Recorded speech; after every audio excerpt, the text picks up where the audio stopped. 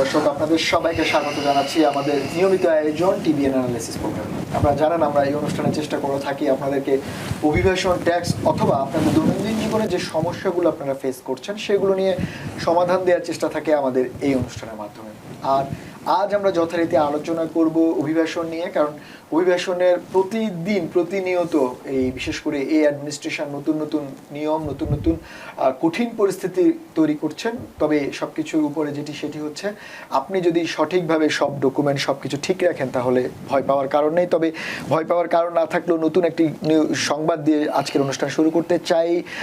আজ নতুন করে ইউএসসিআইএস নতুন একটি বিষয় সামনে এনেছে, যেটি হচ্ছে তারা বলছেন যে আমেরিকাতে যারা আশ্রয় প্রার্থী রয়েছেন তাদের যে ব্যাকলগ সেটি অনেক বড় আকার ধারণ করেছে। তাই ব্যাকলগ কমানোর জন্য তারা নতুন প্রস্তাব করছে আশ্রয় প্রার্থীদের আর ইউএসসিআইএস এ ইন্টারভিউ হবে না, সরাসরি ইউএসসিআইএস যাচাই বাছাই করে কেসগুলোকে সরাসরি কোর্টে পাঠিয়ে দিবে অভিবাসন আদালতে, সেখানেই সমাধান হবে। তার মানে আগে যেমন একজন আশ্রয় প্রার্থী দুবার সুযোগ পেতেন, ইউএসসিআইএস ইন্টারভিউতে নিজেকে প্রমাণ করার একটা সুযোগ পেতেন, সেখানে না পেলে আদালতে যেতে পারতেন। এখন যেটি হচ্ছে সরাসরি আদালতে তাকে প্রমাণ করতে হবে। আমরা সেই বিষয়গুলো নিয়ে কথা বলবো।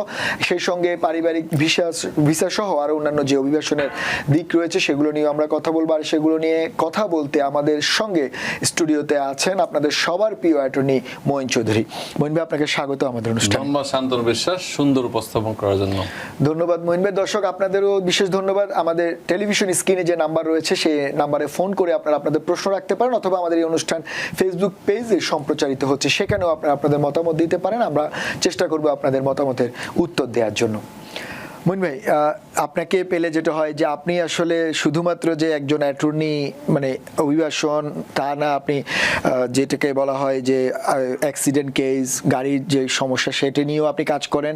তার চেয়েও বড় ব্যাপার কমিউনিটি নিয়ে কাজ করেন। তার চেয়েও বড় ব্যাপার আপনি একজন এখন মোটামুটি বলা যায় ফুল টাইম রাজনীতিবিদও বলা যায়। আপনি রাজনীতিবিদ হিসেবে ওই বেশ জনপ্রিয়, এখন ডেমোক্রেটিক ডিস্ট্রিক্টেরও পার্টি ডিস্ট্রিক্ট লিডারেও কাজ করছেন। তার মানে আপনার উত্তরগুলো অনেক বেশি পরিমাণে গ্রহণযোগ্য, কারণ আপনি সব সেক্টর বিবেচনা করে উত্তর দিবেন।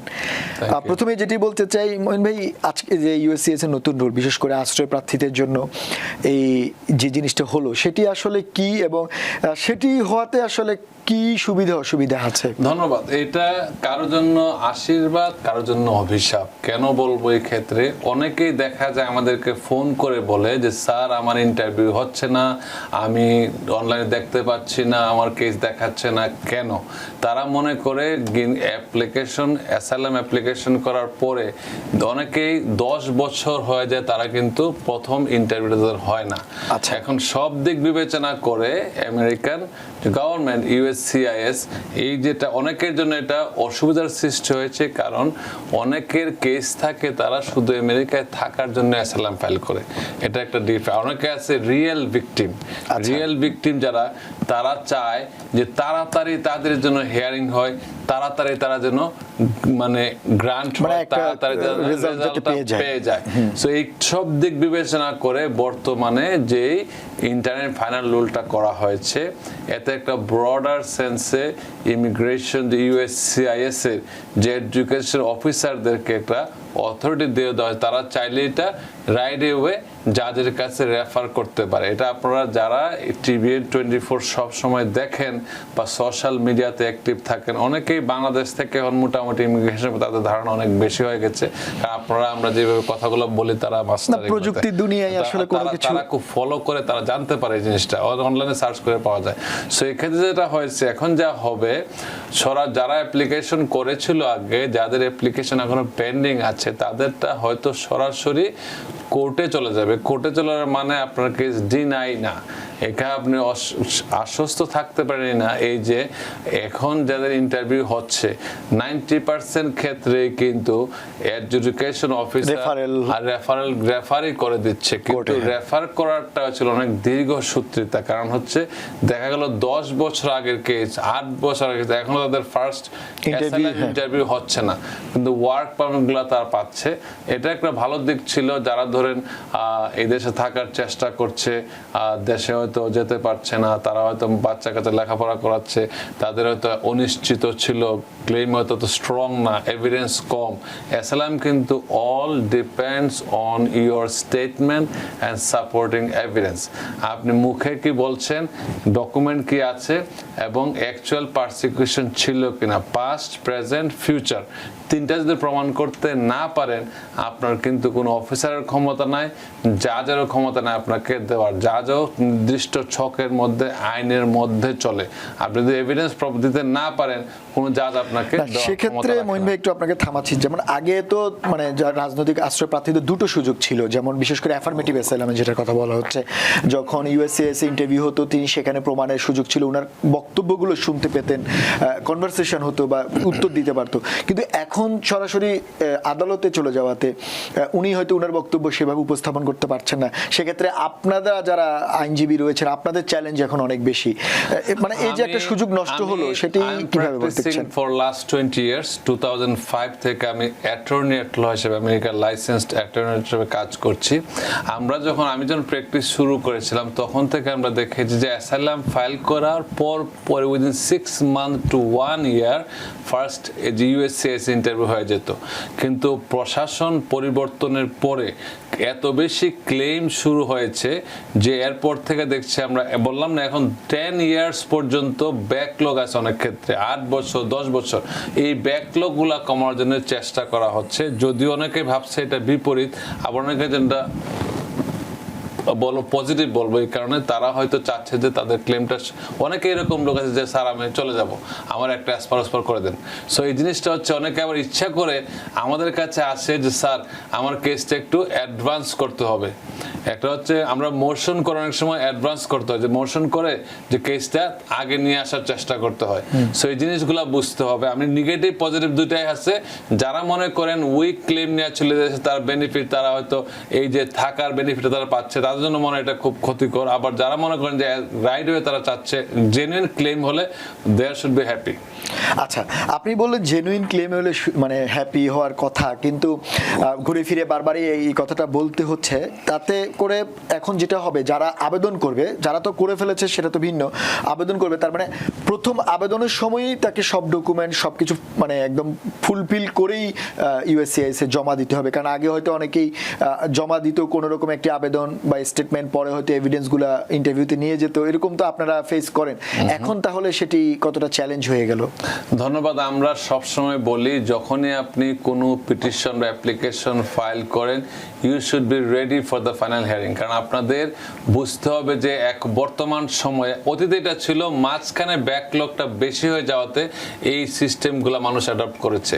কিন্তু যখন আপনি অ্যাসাইলাম ফাইল করবেন, অ্যাসাইলাম যদি ফাইল করেন, you should know what you are doing. ক্লেমগুলো স্পেসিফিক হলে ভালো। অনেকে ডকুমেন্ট পায় না বিধায় সাময়িকভাবে রাইটসটা প্রটেক্ট করার জন্য, যেহেতু উইদিন 1 ইয়ার ফাইল করতে হয় এবং ভিসা স্ট্যাটাস থাকার মধ্যে ফাইল করতে হয়, তারা এই জন্য করে কি, মানে প্রাথমিক তথ্য দিয়ে সাবমিট করে দেয়। হিয়ারিং এর আগে অথবা ইন্টারভিউর আগে আপনাকে সঠিক তথ্যগুলা প্রোভাইড করা উচিত। এবং আগেও বলেছে, আপনার সব কিছু ডিপেন্ড করে আপনার স্টেটমেন্ট, আপনার এভিডেন্স এবং আপনার যে ইন্টারভিউতে, মৌখিক যে ইন্টারভিউ দেবেন ওইটার উপর ডিপেন্ড করে। ডিসক্রিপেন্সি থাকলে তারা যদি বিশ্বাস না করে, কোনো ক্লেমে তারা অ্যাপ্রুভ করবে না। এবং বিশ্বাসটা কিভাবে করবে, আপনারাই বিশ্বাসযোগ্য করাতে হবে। এবং আমরা এজ অ্যান অ্যাটর্নি, আমরা যখন আপনার পক্ষে দাঁড়াই, আমরাই আপনাকে সব প্রশ্নগুলো করি। যারা আপনারা ইন্টারভিউ দিয়েছেন অতীতে, তারা দেখবেন বিইং এ লয়ার, আমরাই কিন্তু রেসপন্ডেন্ট, আমরাই কিন্তু আপনাকে সবগুলো প্রশ্ন করে সত্যতা যাচাই করার চেষ্টা করি। এই জন্য বলি যে, আমি সবসময় বলি, never lie with the US government. যদি আপনি মিথ্যা তথ্য দেন, মিথ্যা ডকুমেন্ট দেন, আজকে না হয় কালকে এটা আপনি ধরা পড়তেই পারেন। প্রসঙ্গত একটা কথা শান্তনাকে আমি বলতে চাচ্ছি, এই জিনিসটা, আমি কয়েকটা কেস আমার কাছে আসছে, যে কেসগুলো আমি খুবই সেন্সিটিভ কেস, এগুলো বলাও ঠিক না, যে তাদের আমেরিকান নাগরিক হওয়ার পরেও তাদের নাগরিকত্ব বাতিল হচ্ছে। অনেকে দেখা যায় আমেরিকার বিভিন্ন স্টেটে, আপনারা হয়তো আপনারা বলতেছেন না, যে কোনো কেউ পরিচিত পাবেন এরকম, যারা হয়তো আগে একটা নামে আমেরিকায় এসেছে, কোন একটা বেনিফিটের জন্য ফাইল করেছে, সে তারপরে এটা ভুলে গেছে, ভুলে যাওয়ার পরে সে অন্য নাম দেয়া ইমিগ্রেশন হইলো, তার গ্রিন কার্ড হয়ে গেল, তখন কিন্তু ফিঙ্গারপ্রিন্টটা পেপারে হইতো। পেপার হওয়ার পর সে নাম ঠিকানা সব ভুলে গেছে, কয় স্যার আমি তো ভুলে গেছি, আমার দরকার নেই, এটা শেষ। কিন্তু সে এখনো বুঝতেছে যে এখন তার কাছে চিঠি আসছে, দুইটা জায়গাতে চিঠি আসতে পারে। নাম্বার ওয়ান, ডিএমবি থেকে যখন সে লাইসেন্স রিনিউ করতে যাচ্ছে তখন রেটিনাতে আসছে যে তার দুইটা নাম, যেমন আপনি মোহাম্মদ ইসলাম, আপনি মোহাম্মদ রহমান, এখন কিন্তু নাম ফিক্স করে আসছে মোহাম্মদ ইসলাম না রহমান, তুমি তোমার আইডি হচ্ছে মোহাম্মদ ইসলাম আর তোমার আগের নাম হচ্ছে মোহাম্মদ রহমান। এখন সে কোনটাই পাচ্ছে না, কোনটা তার আসল নাম, তো দুইটা কিন্তু সিস্টেমে আছে। এই ক্ষেত্রে তারা হচ্ছে কি, যদি এটা হচ্ছে স্টেটের পরে তারা ইমিগ্রেশন যখন ফাইল করেছিল, ইমিগ্রেশন যদি কোনো বেনিফিটের জন্য ফাইল করলে কিন্তু ডিপোর্টেশন হয়ে যায়, ওরা জানে না। অনেকেই মনে করে ইমিগ্রেশন ফাইল করেছি, আমি ফিঙ্গারপ্রিন্ট দিয়েছি, আমার অ্যাপ্রুভ হয়েছে, আমি ওয়ার্ক পারমিট পেয়েছি, পরে আরেক নাম দিলাম, ওটা ভুলে গেলাম, শেষ। কিন্তু তাদের কিন্তু এই জিনিসটা হচ্ছে কি, তাদের কোনো বেনিফিট অ্যাপ্লাই করলে তারা যদি কোর্টে রেফার করে থাকে, এই নামে তো আপনাকে খুঁজে পাবে না, আপনাকে জানছেন, আপনি অ্যাড্রেস চেঞ্জ করেছেন, ওর নাম অলরেডি ইন অ্যাবসেন্সে ডিপোর্টেশন হয়ে গেছে।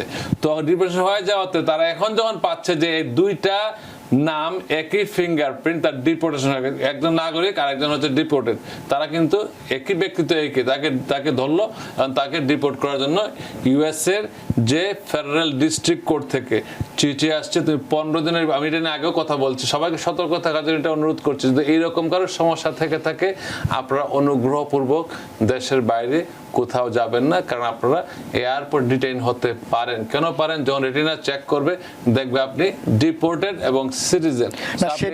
সেটি তো আপনি সিটিজেনের কথা বলছেন, এটা একটা চলে আসতেছে, কিন্তু সেটা তো স্বপ্নের। অ্যাসাইলাম ক্ষেত্র সেম, অনেকে অ্যাসাইলাম ফাইল করে চলে যায়, মনে করে যে অ্যাটর্নিকে দিয়ে দিলাম, আমার অ্যাটর্নি জানাবে, কিন্তু আপনি যে একটা অ্যাড্রেস দিয়েছিলেন, যে অ্যাড্রেসে আপনার চিঠি আছে, এটা আপনার দায়িত্ব। আপনি যদি চিঠি না পান তো তার মানে আপনি অ্যাড্রেসে থাকেন না। এই জিনিসটা আপনাদেরকে সবসময় বলি, অ্যাসাইলাম যেই বেনিফিটের জন্য আমেরিকা আপনারা ফাইল করেছেন না কেন, আপনারা যেই ঠিকানা দিয়েছেন ওই ঠিকানার নিয়ম হচ্ছে আপনি থাকবেন বা আপনার নিজস্ব কেউ থাকবে।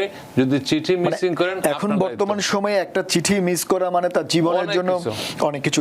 সেই সঙ্গে অ্যাসাইলামের এখন নতুন যে আমরা যে নতুন নিয়মের কথা বললাম, কোর্টে পাঠানো হচ্ছে, তার সঙ্গে আবার একটা আতঙ্কের কারণ হচ্ছে যেটাকে বলছে মেগা মাস্টার, মানে হিয়ারিংটা হচ্ছে একেবারে খুব কম সময়ে দ্রুত হচ্ছে, নোটিশ পাওয়ার আগেই চলে আসছে। এই ক্ষেত্রে একজন প্রার্থী, আশ্রয় প্রার্থী যখন এই ধরনের সমস্যায় পড়ে, তাহলে তাকে কি ধরনের প্রস্তুতি নেওয়া উচিত? এটা ডেফিনেটলি তাদের প্রতি অন্যায় করা হচ্ছে, এটা ডেফিনেটলি তাদের প্রতি, তারা যে রেসপন্ডেন্ট, তারা যে অধিকার প্রতি খর্ব করা হচ্ছে। আমরা এটা সমালোচনা, কঠোর সমালোচনা করি, কিন্তু বাস্তবতা আপনাকে মানতে হবে। যেই সরকার যখন থাকে সে তো ভাবে যে তার মতো করে করবে। ইমিগ্রেশন, ডোনাল্ড ট্রাম্প যেই এজেন্ডা নিয়ে সে আমেরিকাতে প্রেসিডেন্ট হয়েছে গত ইলেকশনে, তার মনে করছে এটাই তার সঠিক পথ যাচ্ছে। এটা সবার জন্য যে খারাপ, সে হয়তো নেক্সট টার্মে সে থাকলে হয়তো ইলেকশনে উইন করার সম্ভাবনাই নাই, কিন্তু সে তার মতিগতি এরকমই যে এটাই তাকে পছন্দ করছে। এই জিনিসটা আসলে অনেকের প্রতি অন্যায় করা হচ্ছে, কারণ যারা এইখানে আসছে তারা কিন্তু রিয়েল যারা ভিকটিম, তাদের কিন্তু আসলে তার নিজ দেশে কোনো সুযোগ নাই। তার যদি বলে তুমি একটা স্টেটমেন্ট করে নিয়ে আসো, সে তার তো লুকই নাই দেশে, স্টেটমেন্ট সে করবে কিভাবে? তার তো দেশে তার সুযোগই নাই। যারা পালিয়ে আসছে বাংলাদেশ থেকে, মনে করে বাংলাদেশের কথাই বলছে, ধরুন আমরা বর্তমানে দেখছি আওয়ামী লীগের লোকজন পালিয়ে আসছে, এটা যে ভ্যালিড ক্লেম, যারা পালিয়ে আসছে তাদের জন্য আমরা কেস করছি, উইনের সম্ভাবনা অনেক বেশি, আমরা করছি এগুলা। কিন্তু যারা আপনার ধরেন পালিয়ে আসছে, তাদের তো কেউ নাই দেশে, অফিসে তাদের কেউ থাকার কথা না, অন্য দেশের কথাই মনে করেন। সো এই ক্ষেত্রে তাদের অন্যায় করা হচ্ছে। যদি শর্ট টাইম দেওয়া হয় যে এই 2 মাসের ভিতরে তুমি সব ডকুমেন্ট প্রডিউস করো, কিভাবে পাবে?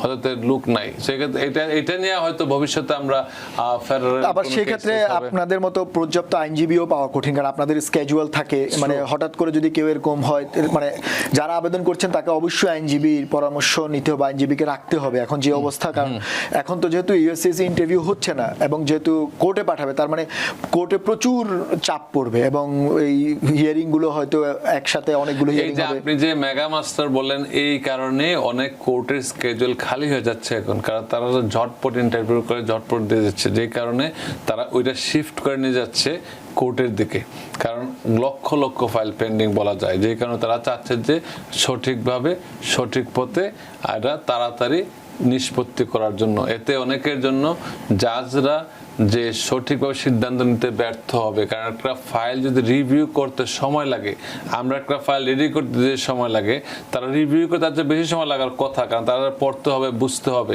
এই জন্য আমরা আপিলও করবো প্রচুর। এমন না যে জাজে ডিনাই করলে আপনার অধিকার শেষ। এই দেশে আপনি সর্বোচ্চ আদালতে যেতে পারেন। সর্বোচ্চ আদালত বলতে যে কনস্টিটিউশনাল কোনো ইস্যু থাকে, আমরা সুপ্রিম কোর্টে যেতে পারি, যে আমেরিকার সর্বোচ্চ আদালত, highest court of the United States, যেটা holder of the constitution, Supreme Court of the United States. আমি এই বারের একজন গর্বিত অ্যাডমিটেড অ্যাটর্নি এট ল। যদি আপনি কনস্টিটিউশনাল ইস্যু থাকে, আমরা সুপ্রিম কোর্ট পর্যন্ত যেতে পারি। অথবা রেগুলার কোন ইস্যুতে আপনারা কয়টা ভেন্যু দেখেন, প্রথমে আপনি একটা ভেন্যু আপনি বাদ দিলেন, শুধু ইউএসসিআইএস ইন্টারভিউটা হচ্ছে না, বাকি সব কিন্তু থেকে যাচ্ছে, বাকি সব নিয়ম থেকে যাচ্ছে। আপনার প্রথম হবে কয়টা ডেট পাচ্ছেন আপনারা, যদি শুধু কিন্তু অ্যাসাইলামের ক্ষেত্রে, সব ক্ষেত্রে কিন্তু অ্যাসাইলাম অথবা যে কোনো বেনিফিট যদি কেউ অ্যাপ্লাই করে, এটা যদি আপনার মানে ডিনাই হয়, তারা কিন্তু কোর্টে পাঠাচ্ছে, রিমুভাল প্রসিডিংস দিচ্ছে। যেমন এক্সাম্পল হচ্ছে, কেউ ধরেন এখানে বিয়ে করলো, বিয়ের পরে সে অ্যাডজাস্টমেন্টে অ্যাপ্লাই করলো, দেখা গেল সে তার ইলিগ্যাল প্রেজেন্স আছে, তাকে কিন্তু তারা যদি ইন্টারভিউতে দিতে না পারে, তারা তাকে কোর্টে রেফার করবে, দেন রিনিউয়াল প্রসিডিংসে চলে গেল। সেই ক্ষেত্রে বর্তমানে যে ভেন্যুগুলো থাকছে, প্রথম হচ্ছে কোর্টে থাকবে, যে ইমিগ্রেশন জাজ দেখবে, 2টা হিয়ারিং 3টা হিয়ারিং হয়, মাস্টার হিয়ারিং, তারপর ইন্ডিভিজুয়াল হিয়ারিং, যেটা ট্রায়াল বলি। সময় চাইলে সময় পাওয়া যায়, আর ভেন্যু চেঞ্জ করলে আপনি আরও সময় পাবেন যদি কোর্ট পরিবর্তন করতে এটা হয়। এটা হওয়ার পরে বিআইএতে আপনি আপিল করতে পারেন, বিআইএ আপিলে আপনি কয়েক বছর সময় যেতে পারে, তারপর আপনি সার্কিট কোর্ট যেতে পারেন।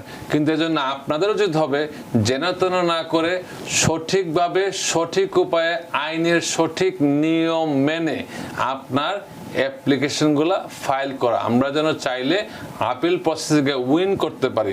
কারণ জাজ হয়তো একটা সরকারের অনুগত নিয়োগ পাচ্ছে, কিন্তু সব জাজ যে একই ভাবে রায় দেবে এরকম না। আমাদের বিআইএতে বোর্ড অফ ইমিগ্রেশন সাহেব, তারা কিন্তু ভিন্নভাবে দেখে, তারা 3জন জাজ এখানে। আবার এরপরে যে সার্কিট কোর্টে যায়, তারা কিন্তু ক্ষেত্রটা অনেক বড়। আচ্ছা, সো এই ক্ষেত্রে আপনাদের অনেকগুলো ভেন্যু থেকে যাচ্ছে, কিন্তু ভয় পাওয়ার কোনো কারণ নাই। যদি আপনি সঠিকভাবে, সঠিক পন্থায় নিয়ম মধ্যে থাকেন এবং সঠিক তথ্য দিয়ে থাকেন, আসলে আপনি বঞ্চিত হয়ে থাকেন, কোন একটা দেশ থেকে নির্যাতিত হয়ে থাকেন এবং আপনার ফিউচার পার্সিকিউশন থাকে, ডেফিনেটলি আপনি উইন করার সম্ভাবনা অনেক বেশি। আচ্ছা মঈন ভাই, এরপরে আমাদের আরো কিছু প্রশ্ন আছে যে এখন অ্যাপ্রুভাল রেট কেমন, সেটি নিয়ে আমরা আলোচনা করবো। আমাদের কিছু দর্শক আছেন, অনেক দর্শক এরই মধ্যে আছেন, আমরা একটু দর্শকের ফোনগুলো নিয়ে আসি। দর্শক কে আছেন, আপনি নাম বলে প্রশ্নটি করুন। হ্যালো, হ্যাঁ শুনতে পাচ্ছি, আপনি নাম বলে প্রশ্নটি করুন। আমার নাম সুমন, আমি ঈশ্বর থেকে বলতেছি। আচ্ছা হ্যাঁ বলুন সুমন ভাই, আমরা শুনতে পাচ্ছি। আমার একটা প্রশ্ন রয়েছে আপনার কাছে। আমার আম্মা মাঝে জন্য অ্যাপ্লাই করছিল, তখন ওদের ডাকছে আপনার সাপোর্ট দেওয়ার জন্য। তখন আমার আম্মা খুবই অসুস্থ, বলে হট স্পিচ বেডে থাকে। তখন ওরা কি আপনাকে সাপোর্ট দিতে পারি, দিলে আমার কোনো সমস্যা হবে? ধন্যবাদ। যদি আপনার ফ্যামিলি পিটিশনে যখনই আপনারা যে কোনো একজন অবশ্যই অ্যাপ্লাই করবে প্রথমবার, যে অ্যাপ্লিকেশন পিটিশন করার পরে যে সাপোর্টের যখন সময় আসবে, পিটিশনার অবশ্যই সাপোর্ট দিতে হবে যদি সে জীবিত থাকে, এবং আপনারা ডেফিনেটলি জয়েন্ট স্পন্সর দিতে পারেন। মেইন স্পন্সর ও পিটিশনার, যে সে যেই হোক না কেন, সে তার কাজ থাকতে পারে, নাও থাকতে পারে, ব্যান্ড ডিজেবল হতে পারে, সে হয়তো আপনি হসপিটালে বললেন মুমূর্ষু অবস্থায় আছে, উনার সাইন যদি করতে পারে, উনি আপনাকে স্পন্সর দিতেই হবে। সাথে এডিশনালি জয়েন্ট স্পন্সর একজন হতে পারে, 2জন হতে পারে, আপনারা দিতে পারেন, তো আপনাদের ইনকামে কভার হতে হবে। কিন্তু এটা তো আপনি জয়েন্ট স্পন্সর হতো, ওনার মনে হয় প্রশ্নটা ছিল যে ওনার মা অসুস্থ, ওনারা কোনো সুবিধা নিতে চাচ্ছেন পাবলিক চার্জের বা ওই যে ওনারা তো সুবিধা নিচ্ছেন, সেটা সমস্যা নেই। হসপিটালে যখন আছে সুবিধা ছাড়া কারো পক্ষে আমেরিকায় হসপিটালে যে খরচ করা ওনার ফকির হয়ে যাবে, মানে জিন্দেগি ব্যস্ত হবে না, এটা অনেক এক্সপেন্সিভ ট্রিটমেন্ট। সো এটা নিচ্ছে ওনারা, এটাতে কোনো সমস্যা হবে না। এটা সমস্যা তো হইলে আর কিছু করার নাই, এটা তো নিতেই হবে। এজন্য কি ভাই বোনেরা যেন মা বাবাকে এমনি মারা যাবে অবশ্যই না, তার চিকিৎসা নিতেই হবে। ওটার পর যা দরকার তা অবশ্যই। আমরা একটা কথা বলি, মিথ্যা তথ্য দিয়ে কখনো কোনো বেনিফিট নেবেন না। সত্য তথ্য দিয়ে নেন, আমরা এটা ওভারকাম করার চেষ্টা করতে পারি। সেই ক্ষেত্রে যে প্রশ্নটা আসছিল, উনি স্পন্সর করতে পারবে, আপনি সাপোর্ট অবশ্যই দিতে পারবেন, তো আপনার ইনকামে কাভার হতে হবে। যেই ক্ষেত্রে যেহেতু মেইন পিটিশনার ডিজেবল, উনি যেহেতু পাবলিক চার্জের আন্ডারে আছেন, উনি যেহেতু ইনকাম নাই, এই ক্ষেত্রে তাদের যে বেনিফিশিয়ারি যারা বাংলাদেশ থেকে আসবে তাদের ক্ষেত্রে অবশ্যই যে জানে এইরকম অবস্থা বিবেচনা করবে নেগেটিভ ভাবে, এটা করাটা স্বাভাবিক। আপনি বুঝছেন, আপনারাই বর্তমান সময়ে নিজেই চলতে পারছেন না, একজন কিভাবে চালাবেন, this is very important to know. এবং এই ক্ষেত্রে আপনাদের যা সত্য তাই দিবেন। আমি সবসময় বলি মিথ্যা তথ্য দিবেন না, আমরা সত্য তথ্য দিয়ে যাওয়ার চেষ্টা করবেন। ধন্যবাদ মঈন ভাই। আমাদের আরো একজন দর্শক রয়েছেন। দর্শক কে আছেন, নাম বলে প্রশ্নটি করুন।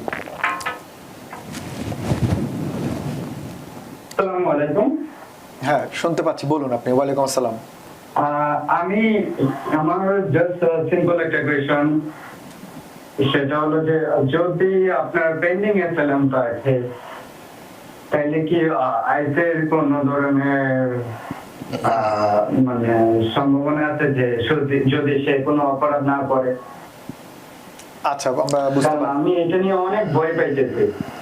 হ্যাঁ, বুঝতে পারছি। আমরা আপনার মতো অনেকেই এইরকম ভুক্তভোগী, আমাদের অ্যাটর্নি মহোদয় উত্তর দিবেন যে ওনার যদি পেন্ডিং আছে কিন্তু ওনার আসলে ভয় পাওয়ার কারণ আছে। ধন্যবাদ। এই জিনিসটা আপেক্ষিক, আপনারা হয়তো আমার কথা শুনে একটু বুঝতে পারছেন আপেক্ষিক কেন বলছি। কারণ যদি আপনি আইসের রেইডে পড়েন, তারা আপনাকে ডেফিনেটলি প্রশ্ন করতে পারে, তো কয়েকটা কারণে তাদেরকে অ্যারেস্ট করতে পারে। নাম্বার ওয়ান, যদি আপনি আনডকুমেন্টেড কখনো থেকে থাকেন, যেহেতু যারা আমেরিকা এসেছেন ট্যুরিস্ট ভিসা নিয়ে, তারা 6 মাস পর্যন্ত হয়তো আপনার ভ্যালিড স্টে ছিল।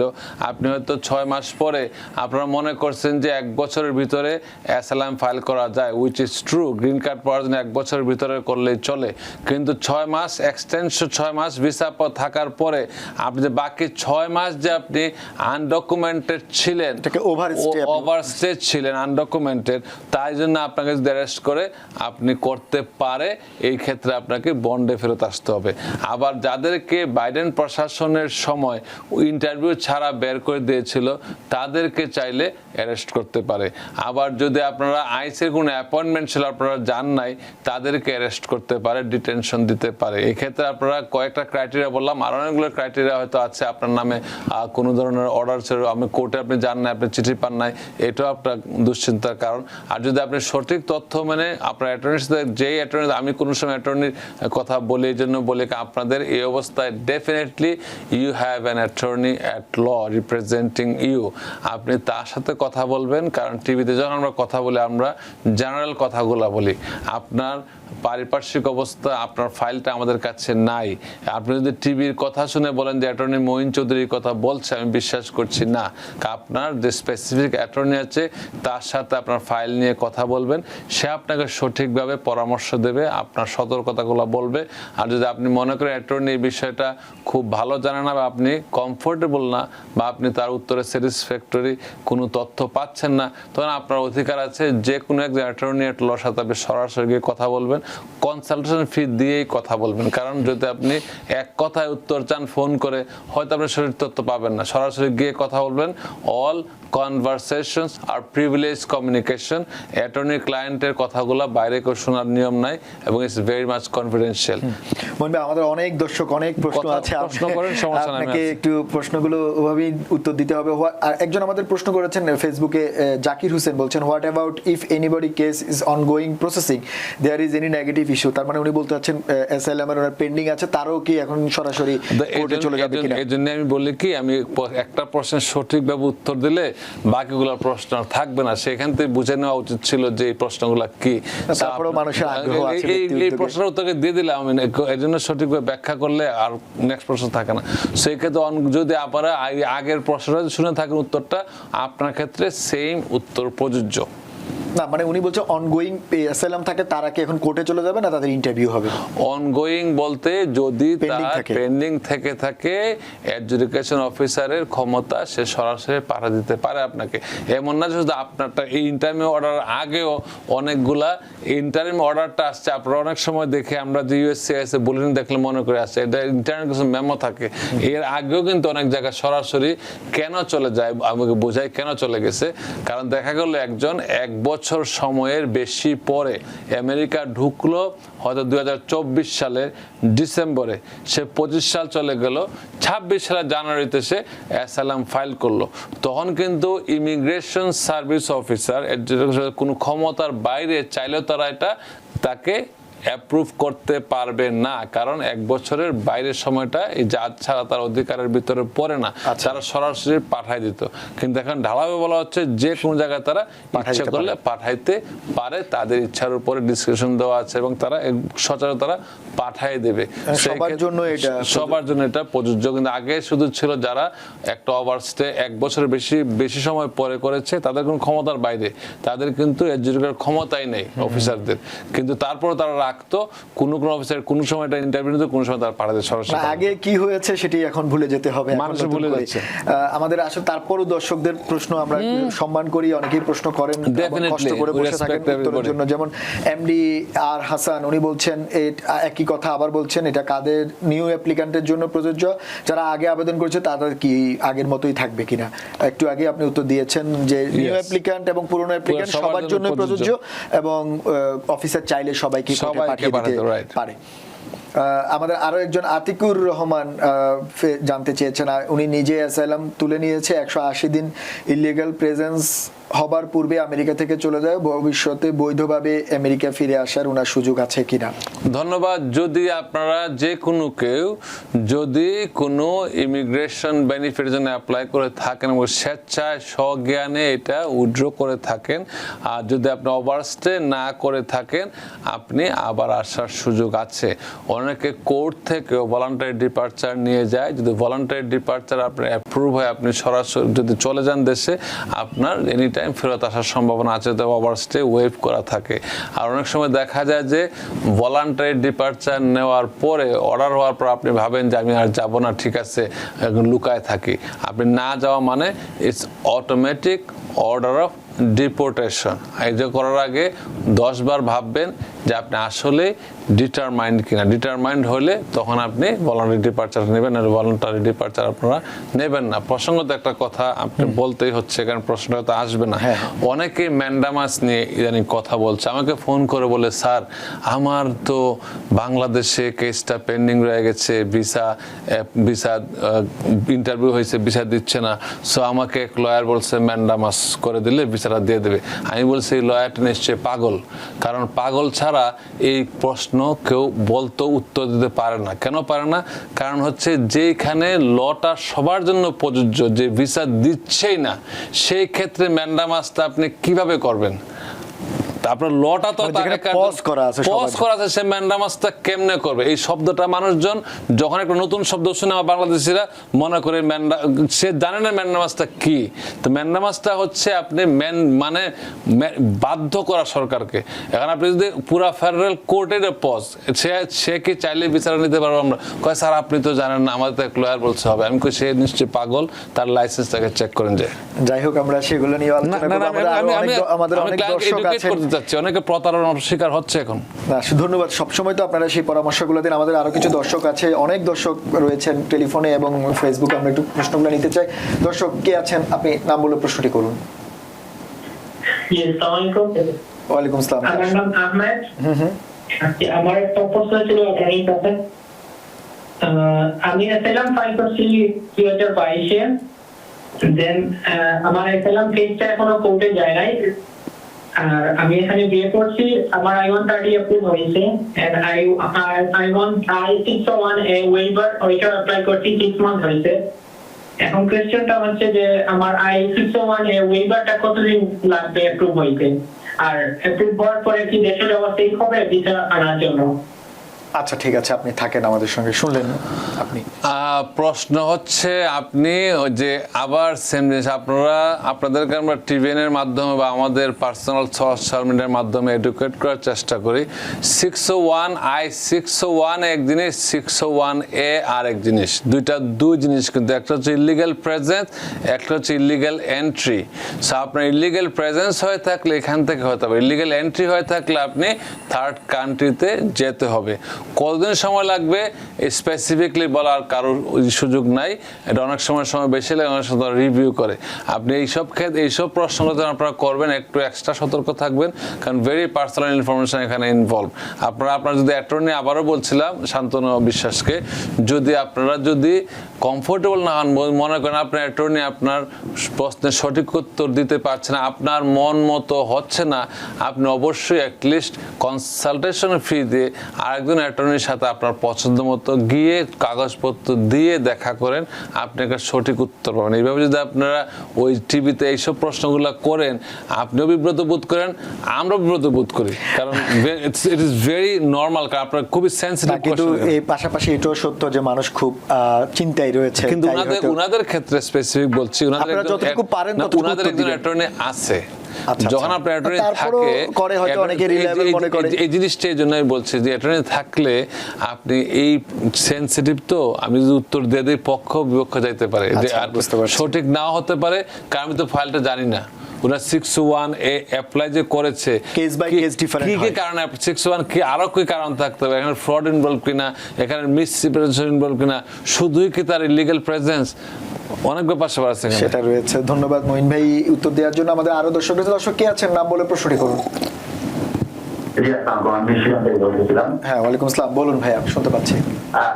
আমি সঞ্চালককে ধন্যবাদ জানাতে, আমি বিশেষ করে মঈন ভাইকে ধন্যবাদ জানাচ্ছি। আমি ওনাকে দেখতে পেরেছি, উনি আমাকে দেখতে পেরেছিলেন, আমি এই মধ্যে কথা হচ্ছি।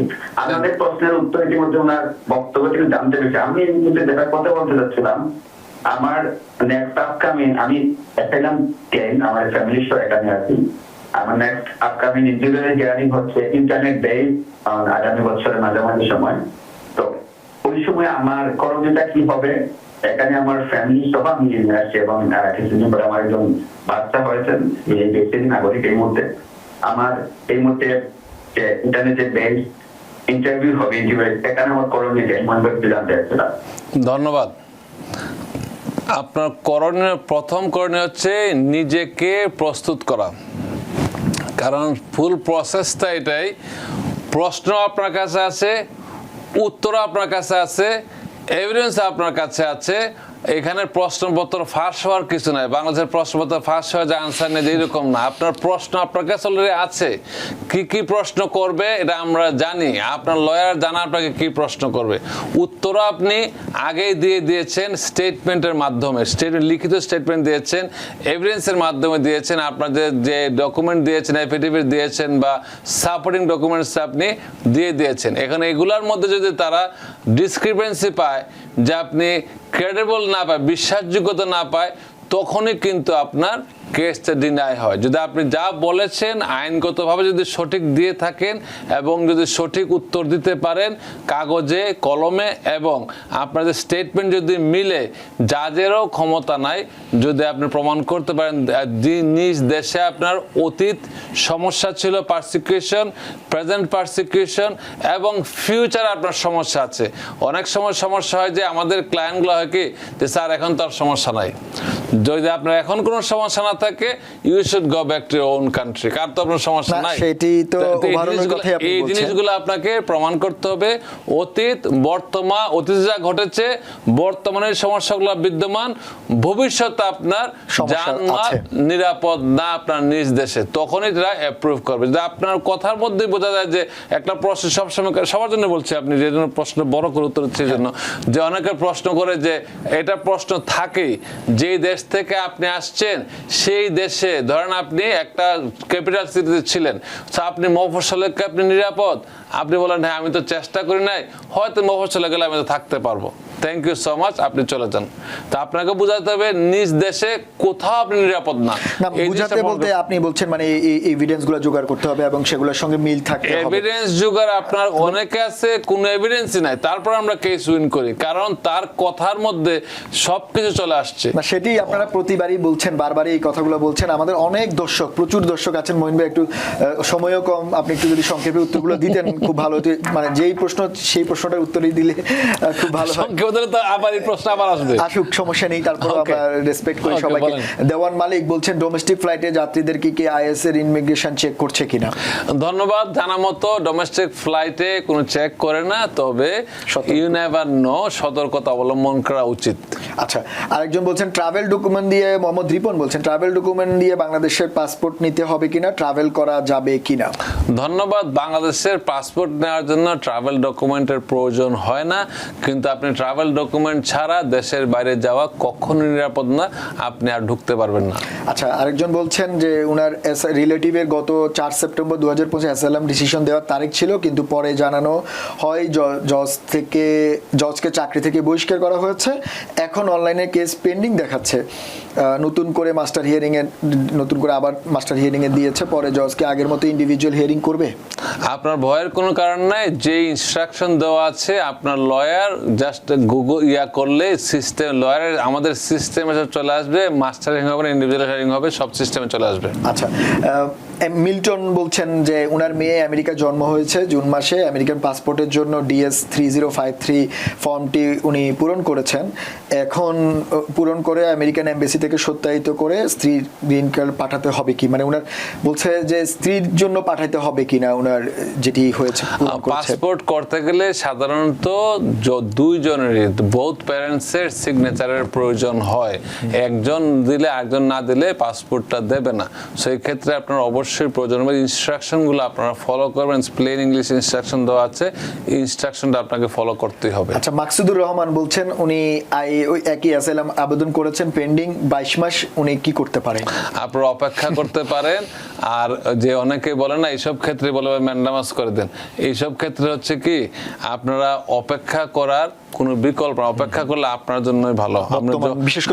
বিশেষ করে না যে অ্যাসাইলাম কেসে কেউ যদি বলে আমার ডেটটা আগে দেন, ম্যান্ডামাস করে দেন, তার মানে আপনি চাচ্ছেন যে সরকার তাড়াতাড়ি করে চলে যাও, কারণ আপনি তো চাচ্ছেন না, থাকার দরকারই নেই আপনার, নাকি? আরেকজন বলছেন উনি 2 বছরের উপরে হয়েছে, আবেদন করেছেন, ফিঙ্গারের ডেট এখনো আসে নাই, উনার কি করা উচিত?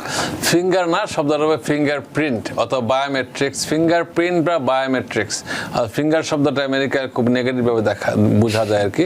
সো আপনার কি বললেন? মানে ওনার 2 বছর হয়ে গেছে আবেদনে, কিন্তু এখনো ফিঙ্গারপ্রিন্ট আসে নাই। ফিঙ্গারপ্রিন্ট আসে না, অপেক্ষা করেন।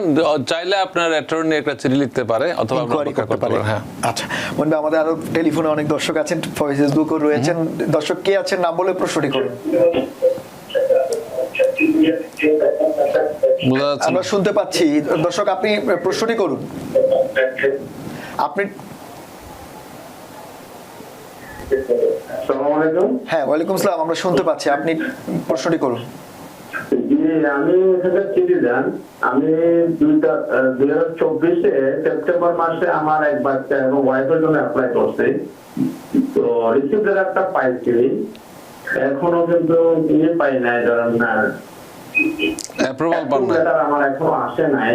তো আসলে কতদিন অপেক্ষা করতে হবে, কি অবস্থা সেটা তো আর আমি জানি না, এইটার জন্য জানার জন্য এটা অনেকেরই প্রশ্ন। ধন্যবাদ। আপনার করার শুধু এটাই করতে পারেন, ইনকোয়ারি করতে পারেন, যদি অ্যাটর্নি থাকে চিঠি লিখতে পারেন, নিজে আপনি চিঠি লিখতে পারেন। তবে সার্ভিস সেন্টার উপর ডিপেন্ড করে কোন সার্ভিস সেন্টার আছে, এই অনুযায়ী এটা একটু ডিলে হয়। কিন্তু আপনার তো ইমিডিয়েট ক্যাটাগরি, ইমিডিয়েট পাওয়ার কথা, যেহেতু আপনি ইউএস সিটিজেন, আপনার কোনো বার না, এখানে কোনো ভিসা নাম্বার অ্যাভেলেবল সব সময়। আচ্ছা, আমাদের আরো একজন দর্শক রয়েছেন। দর্শক কে আছেন নাম বলে প্রশ্নটি করুন। আচ্ছা, হ্যাঁ বলুন, আমরা শুনতে পাচ্ছি আপনাকে। আমার প্রশ্নটা হচ্ছে স্যারের কাছে, আমি 2023 আমেরিকাতে আসি, আসার পরে হচ্ছে 24 আমার একটা বেবি হয় এখানে। তারপর আমার হাজবেন্ড 25 এখানে F1 ভিসাতে আসে। তো স্বাভাবিক আমি যেহেতু এখানে 23 আসছি, বেবি 24 হয়েছে, আমি এখানে হচ্ছে একটা লো ইনকামার, তো যার কারণে হচ্ছে আমার বেবির স্ন্যাপ কার্ড স্যার। এখন রিসেন্টলি আমি কয়েকদিন ফেসবুকে দেখতেছি যে আমার হাজবেন্ডকে অ্যাডজাস্টমেন্টের জন্য আমি অ্যাপ্লাই করছি, 3 বছর হয়ে যাবে এই অগাস্টে। তো এরকম কিছু গ্রিন কার্ডের জন্য অ্যাপ্লাই করুক বা আমার ভিসাতে হচ্ছে শিফট হোক, মানে কোনো ধরনের বেনিফিট নেওয়া যাবে না। তো স্যারের কাছে আমার প্রশ্ন হচ্ছে, আমি কি স্ন্যাপ কার্ড বন্ধ করে দিব? আমার মেয়ে এখনো স্ন্যাপ কার্ড পাচ্ছে, তো আমি কি বেনিফিট গুলো বন্ধ করে দিব, লাইক মেডিকেল, স্ন্যাপ কার্ড এগুলা? আর না, এটা কোনো সমস্যা হবে না, যেহেতু আমরা আগে আসছি, পরে আমার হাজবেন্ড আসছে। আচ্ছা, ধন্যবাদ। যদি আপনি আমেরিকার নাগরিক হয়ে থাকেন আপনার অধিকার একরকম, আর যারা গ্রিন কার্ডধারী বা গ্রিন কার্ড প্রত্যাশী, যারা ইন্টেন্ডেড ইমিগ্রান্ট, তাদের জন্য আইনটা অন্যরকম। সো আপনার বিবেচনা করতে হবে। আমি মনে করি আপনি সরাসরি সব তথ্য দিয়ে কথা বলবেন কারোর সাথে। আপনার যদি অ্যাটর্নি থাকে, অ্যাডজাস্টমেন্ট ফাইল করে থাকলে ডেফিনেটলি আপনি একজন লয়ারের মাধ্যমে, লয়ার বলতে অনেকে যারা ইমিগ্রেশন কাজ করে তাদেরকে লয়ার মনে করে, লয়ার হচ্ছে অ্যাটর্নি অ্যাট ল। যদি থাকে আপনার, তার সাথে গিয়ে সবগুলা দিয়ে কথা বলেন, সে যদি ফাইল করে এই প্রশ্নগুলো উত্তর দিতে হবে। যদি সরকার মনে করে আপনার হাজবেন্ড পাবলিক চার্জ হবে, তখন তারা কিন্তু আপনার বর্তমান সময়ে আপনাকে সেপ্টেম্বরের পর থেকে এটা কার্যকর হবে। তার বয়স, শিক্ষা, পেশা, তার কার্যক্ষমতা সবকিছু বিবেচনা করবে আসলে সে পাবলিক চার্জ থাকবে কিনা। এই ক্ষেত্রে আপনার ভাবার একটু বিষয় আছে। আচ্ছা মোহন ভাই, আপনি একটু দ্রুত উত্তর দিবেন, একেবারে সময় কম, প্রচুর আমাদের কমেন্টস আছে কিছু, যেহেতু আপনাকে সবাই পায় না আসলে এই জন্যই। তারিকুল জন বলছেন উনার অ্যাসাইলাম উইন করেছেন, উনি গ্রিন কার্ডের জন্য অ্যাপ্লাই করেছে অলরেডি, 18 মাস হয়ে গেছে। গ্রিন কার্ড পেতে কতদিন লাগবে? গ্রিন কার্ড পেতে যদি আপনার তদন্ত হতে পারে, আপনি কোনো গ্যারান্টি নাই কতদিন সময় লাগবে।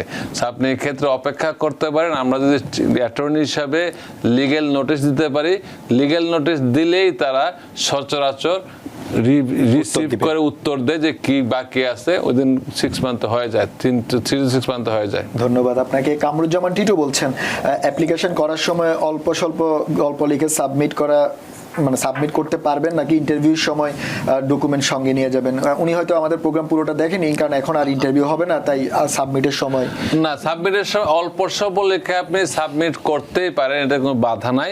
কিন্তু আপনি ইন্টারভিউর আগে স্পেসিফিক নির্দিষ্ট টাইম, ইন্টারভিউ শুধু কোর্টে ইন্টারভিউ যখন হবে, আপনাকে 60 days উইন্ডো দেওয়া হয়, বা 30 days কল পিরিয়ড দেওয়া হয়, কল আপ টাইম বলা হয়।